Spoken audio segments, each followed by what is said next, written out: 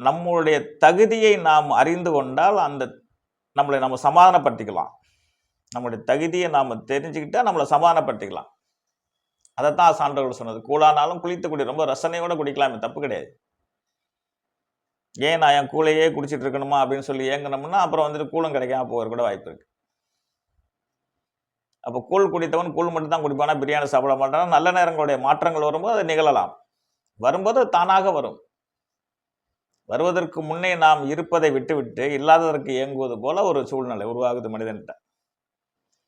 அப்ப நம்முடைய தரத்தை ஜாதகரிடம் முழுமையா தெரிந்து கொண்டால் நம்முடைய காலத்தை அனுசரித்து நம்ம மகிழ்ச்சியா வாழலாம்.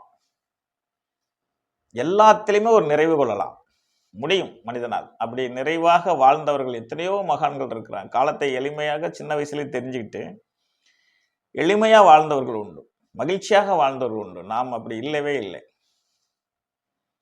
அப்போ நம்முடைய விதியை நாம் தெரிந்து கொண்டு நம்மளை சமாதானம் படித்துக் கொள்ளுதல் என்பது ஒரு வகை.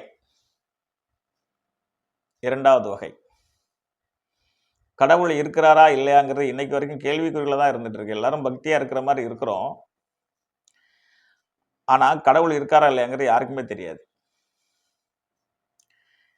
அந்த கடவுள் இருக்கிறாரா இல்லையாங்கிற ஆராய்ச்சி நமக்கு தேவையும் கிடையாது. நமக்கு மேல ஒரு சக்தி இருக்கு. ஒரு சக்தி இல்லை, இரண்டு சக்தி இருக்கு. ஒன்று விதிங்கிற சக்தி, இன்னொன்று இறைவன்கிற சக்தி. ஒரு பக்திமான் வழியில் நடந்து கொண்டு போகும்போது ஒரு விபத்து ஏற்படுது. அந்த விபத்துல அவன் தப்பிச்சுக்கிறான் சின்ன காயத்தோட. அப்போ அவன் கும்பிட்ட சாமி அவனை காப்பாத்திருச்சுன்னு அர்த்தம். அதுதான் பக்தி. பெரிய விபத்துக்கு பெரிய காயத்துக்கு ஆளானா அவனுக்கு பக்தியில குறைபாடு இருந்துச்சுன்னு அர்த்தம். அப்ப பக்தி இருந்தால் விதியால் ஏற்படுகின்ற ஆபத்துகள்ல இருந்து பாதுகாக்கப்படும். இது சத்தியம். அதுல சந்தேகத்திற்கு இடமே இருக்கவே வேண்டாம்.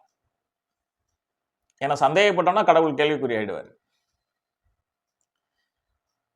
விதியின் பயனிலிருந்து நம்மளை பாதுகாத்து கொள்ள, காப்பாற்றிக் கொள்ள ஒரே மார்க்கம் நம்மளை நாம் அறிந்து கொண்டு சமாதானப்படுத்துதல், அடுத்து இறைவன் ஒருவன் இருக்கிறார் என்று அவர் மேல பக்தி செலுத்துதல். இன்னும் ஒரே ஒரு மார்க்கம் உண்டு, மூன்றாவது மார்க்கம். அது தர்மம்.